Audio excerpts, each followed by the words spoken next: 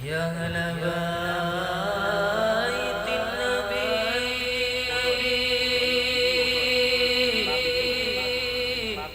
يا هلا الصفا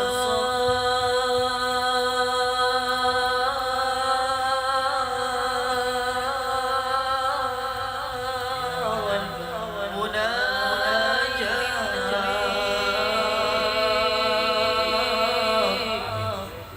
بخيت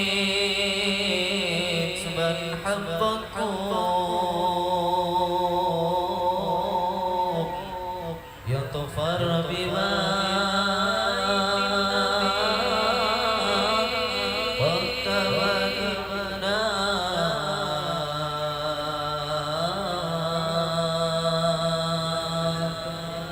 في رضا يمشي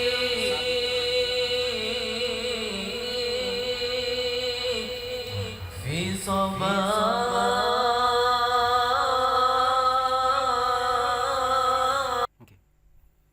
Assalamualaikum warahmatullahi wabarakatuh.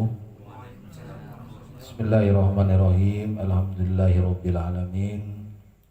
Allahumma sholli ala sayyidina Muhammadin nurid dzati wa sirri sari fi sairil asma'i was sifat wa ala alihi washabihi wasallim amma ba'du. Terima kasih atas kesempatan yang diberikan oleh Syekhona Luqman Haris bin Abdirrahman. Dalam kesempatan kali ini kami mau menanyakan tentang salah satu aliran di dalam Islam, yaitu Qadariyah. Ini bukan Qadiriyah tapi Qadariyah. Setelah beberapa kesempatan sebelumnya kami telah diberi kesempatan juga untuk bertanya tentang Mu'tazilah, Khawarij, Ahlussunnah wal Jamaah, Syiah dan lain sebagainya. Namun pada kesempatan kali ini kami mohon penjelasan yang rinci dan jelas apa itu sebenarnya aliran Qadariyah. Sebelumnya kami sampaikan terima kasih kepada Syekhona Luqman Haris Rahman. Assalamualaikum warahmatullahi wabarakatuh. Assalamualaikum warahmatullahi wabarakatuh. Bismillahirrahmanirrahim. Alhamdulillahirabbil alamin. Wabihi nasta'inu ala amri waddin. Allahumma sholli ala sayyidina Muhammadin an-nuri dzati wa sirri sari fi sal asma' was sifat wa ala alihi washabihi wasallim amma ba'd.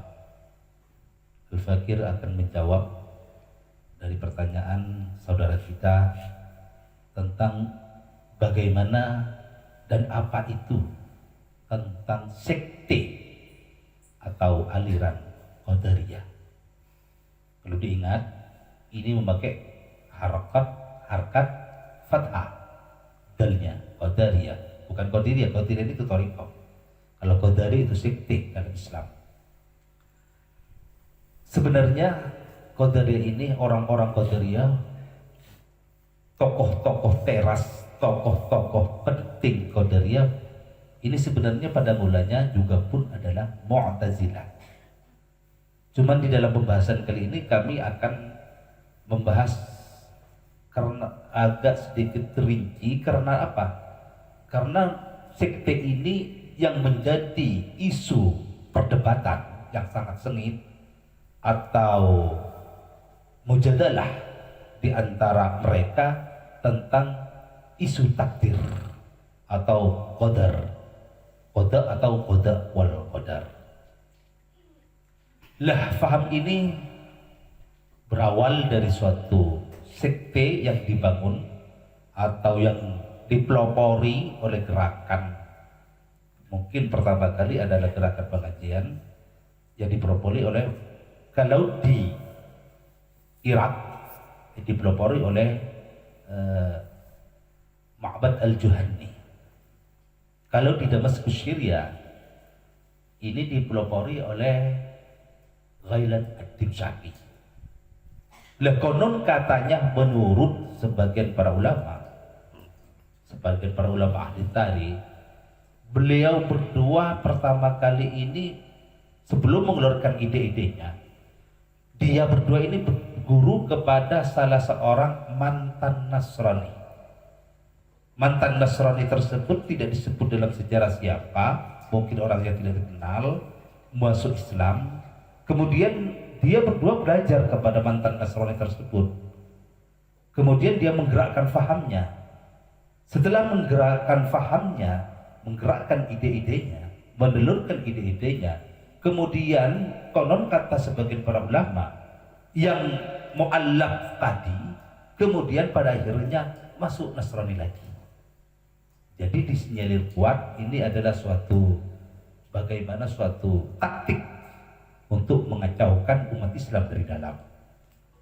Apa yang menjadi perbedaan antara pemahaman yang ditelurkan atau yang diidekan oleh kedua orang ini yang disebut dengan Qadariyah dengan kita Ahlussunnah wal Jamaah? Ya, persoalannya memang seperti katanya adalah persoalan takdir atau persoalan qadar atau persoalan qada dan qadar. Menurut mereka bahwa kejadian apapun kejadian yang terjadi pada manusia atau alam semesta atau yang akan terjadi tidak ada sangkut pautnya dengan takdir Allah. Tidak ada sangkut pautnya dengan qada Allah. Sehingga manusia merdeka, menurut dia merdeka berbuat apa saja, berkata apa saja, dan akan dimintai pertanggungjawabannya di hadapan Allah Subhanahu wa ta'ala. Seandainya menurut Ghailan dan Timsaki dan Abu Al-Juhani, seandainya semuanya berasal dari takdir Allah, kenapa kok ada pertanyaan? Kenapa kok ada hisab? Kenapa kok ada pertanggungjawaban? Ini kepada akalnya orang-orang awam yang masih belum ngerti tentang Islam yang benar. Ini pasti seakan-akan masuk akal dan rasionalis. Akan tetapi bagi orang-orang yang sudah memiliki Islam yang benar, bahwa ini adalah suatu pemikiran yang menyimpang. Kenapa? Tidak percaya kepada qada wal qadar minallahi ta'ala. Ini yang diidekan oleh kedua orang tersebut. Akan tetapi juga pun ada sekelompok Qadariyah yang lain yang menyatakan bahwa kalau kejahatan, kalau kejelekan itu ditimbul dari dirinya sendiri. Akan tetapi kalau kebaikan dan kesolehan itu datangnya daripada Allah Subhanahu wa ta'ala. Sehingga dia seakan-akan menyatakan bahwa ada dua khalik, ada dua pencipta. Ini sampai kalau kita ingat tentang hadisnya baginda Rasulullah sallallahu alaihi wasallam, inna likulli ummatin majusun. Sesungguhnya bagi setiap umat ada majusinya. Wa majusu hadhihi ummah, dan majusinya umat ini alladzina yaqulu la qadra, orang-orang yang berbicara tidak ada qadar. Fa in matu minhum fala tunajmu jazanazatuhu, kalau di antara mereka mati, kalian tidak boleh melawatnya. Ini tegas Rasulullah. Wa in marada minhum fala tu'atihum, apabila di antara mereka itu ada yang sakit, kamu tidak boleh menjenguknya. Ini sabda Rasulullah sallallahu alaihi wasallam. Fa innahum sya'yatun minad dajjal, karena mereka itu sekelompok dari golongan dajjal. Haqqun 'ala Allah ayyuhal qawm minad dajjal, maka berhak bagi Allah untuk mempertemukan mereka dengan dajjal. Dalam sabda Rasulullah sallallahu alaihi wasallam ini yang diriwayatkan oleh Imam Tirmidzi juga di Sunan Ahmad bin Hanbal, bahwanya setiap umat ada majusinya. Bagaimana majusi? Majusi ini berkeyakinan bahwa di alam semesta ini ada dua khalik, ada dua pencipta kebenaran yang berasal daripada cahaya yang dilambangkan sebagai api, dan pencipta keonaran atau kejelekan dilambangkan dengan kegelapan. Ada pencipta cahaya, ada pencipta kegelapan. Ini menurut faham Majusi. Faham Majusi ini istilah bahasa lebih kerennya bisa dikatakan agama Zoroaster. Juga pun dengan sebagian orang-orang Qadariyah. Dia berkeyakinan dan dia berfaham bahwa ada pencipta kebaikan, yaitu Allah, dan ada pencipta keburukan, yaitu manusia itu sendiri. Tetapi keyakinan ini dijawab oleh Allah Subhanahu wa taala dalam Al-Qur'an bahwa menurut Allah dalam Al-Qur'an seluruhnya apa yang terjadi kullu min indillah. Katakanlah Muhammad, itu semuanya datang daripada Allah Subhanahu wa taala. Baik yang baik ataupun yang buruk, semua dicipta oleh Allah Subhanahu wa taala. Juga pun kaum Qadariyah kerap berdalih dengan menggunakan dalil Al-Quran, Wallahu la yughayyiru ma biqaumin hatta yughayyiru ma bi anfusihim. Yughayyiru ma bi anfusihim. Allah tidak akan merubah nasib suatu kaum kecuali kaum tersebut sampai merubah pada dirinya sendiri. Ini suatu dalil yang kerap dijadikan dalil untuk mengokohkan faham Qadariyah. Padahal ayat ini ada, kalau orang memahami tentang ayat Al-Quran, ayat ini ada juga pun taksisnya. Allah Ta'ala mentaksis dalam satu firman-Nya atau ayat yang lain. Allah Ta'ala la yughayyiru ma an'amna. Aku tidak akan merubah nikmat-nikmat yang aku berikan kepadanya hatta yughayyiru ma bi anfusihim, sampai dia merubah dirinya nikmat tersebut. Jadi faham pemahaman Ahlus Sunnah wal Jamaah, Allah yang menciptakan nikmat, Allah yang memberikan nikmat. Nikmat itu tidak akan berubah kecuali orang tersebut merusak nikmat tersebut. Jadi yang dimaksud di sini ayat Allah tidak akan merubah nasib suatu kaum, maksudnya nikmat. Misalkan, ini contoh, ini pemahaman Ahlus Sunnah wal Jamaah. Misalkan ada suatu daerah, ada suatu negeri yang daerahnya itu sangat subur, gembah rempah, loh Cinawi, istilah orang Jawa. Akan tetapi negeri tersebut membangkang kepada hukum-hukum Allah, bermaksiat kepada Allah, bermaksiat merajalela negeri tersebut. Maka dengan maksiat tersebut Allah Ta'ala mengirimkan berbagai macam bencana sehingga nikmat tersebut berubah menjadi bencana. Ini yang dimaksud. Jadi kita juga pun jangan seperti orang Qadariyah. Kamu tidak akan berubah nasibnya kecuali kamu sendiri berubahnya.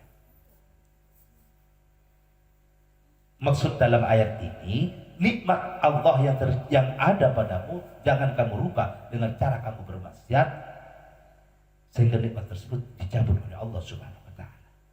Ini yang dimaksud. Jadi faham Qadariyah terus kolaborasinya dengan faham Mu'tazilah. Kalau Mu'tazilah agak panjang, mendapatkan akal di atas Quran, tidak percaya. Nah, kalau Qadariyah ini mengkhususkan pada persoalan qadar, pada persoalan takdir. Memang betul faham kita Asy'ariyah ada kasbul ikhtiyari. Memang ada usaha-usaha kita bagaimana untuk merubah kepada yang lebih baik, itu memang perlu. Akan tetapi kita harus berkeyakinan dengan mantap di dalam hati bahwa seluruhnya adalah kullu min indillah. Bahkan usaha manusia tanpa ridhonya Allah, tanpa iradahnya Allah, akan menuai sia-sia. Jadi yang paling menentukan adalah iradah dan qadar Allah Subhanahu wa taala. Kehendak dan takdir daripada Allah Subhanahu wa taala. Sehingga orang-orang Qadariyah mengklaim dirinya adalah orang-orang yang menegakkan keadilan. menurut paham mereka, menurut paham Qadariyah, seandainya manusia baik dan buruknya ditentukan Allah, kemudian dia melakukan kerjaan buruk, kenapa kok ada pertanggungjawaban? Ini yang menjadi yang selalu dipersoalkan oleh orang Qadariyah. Jawabannya kita daripada Ahlus Sunnah wal Jamaah, karena Allah Ta'ala memang betul segala macam kekuatan, segala macam sesuatunya Allah yang mencipta. Akan tetapi juga pun Allah Ta'ala menciptakan akal kita sebagai fungsi ikhtiyari, sebagai fungsi untuk memilih. Karena kalau manusia tidak punya akal, ini tidak kena nyamannya, tidak dikenakan hukum taklif syar'i. Perbuatannya baik, perbuatannya baik yang buruk yang tidak diperhitungkan kalau tidak punya akal. Akal sebagai fungsi ikhtiyari, sehingga dalam i'tiqad Asy'ari ada istilah kasbul ikhtiyari.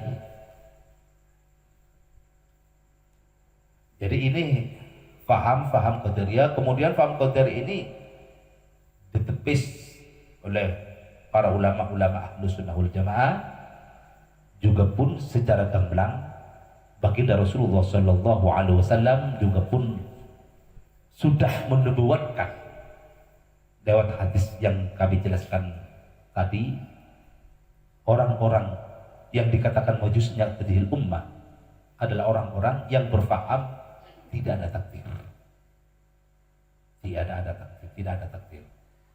Sehingga orang-orang ini berkeyakinan bahwa apa yang terjadi dan yang akan terjadi dan apa itu tidak ada sangkut pautnya dengan takdir Allah. Inilah sesuatu paham yang agak fatal memang. Kenapa? Karena menghapus rukun iman yang keenam.